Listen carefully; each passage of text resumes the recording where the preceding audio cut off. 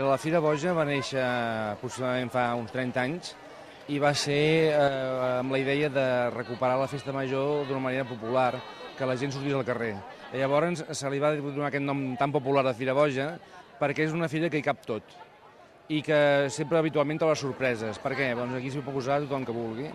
A més és un dia maco perquè també la gent que viu fora del barri és un dia que ve habitualment aquest dia perquè sap que trobarà antics companys que fan el mateix, no? I després se'n van a casa els pares o la família i de més. I llavors és un espai doncs, que, això, molt obert i molt fraternal, molt nostre. Canvia la gent, però no l'esperit de la Fira Boja. Hi ha gent que va començar als inicis, altra gent que ja ens ha deixat, i hi ha nanos que quan es va començar, evidentment ells encara no havien ni nascut, no?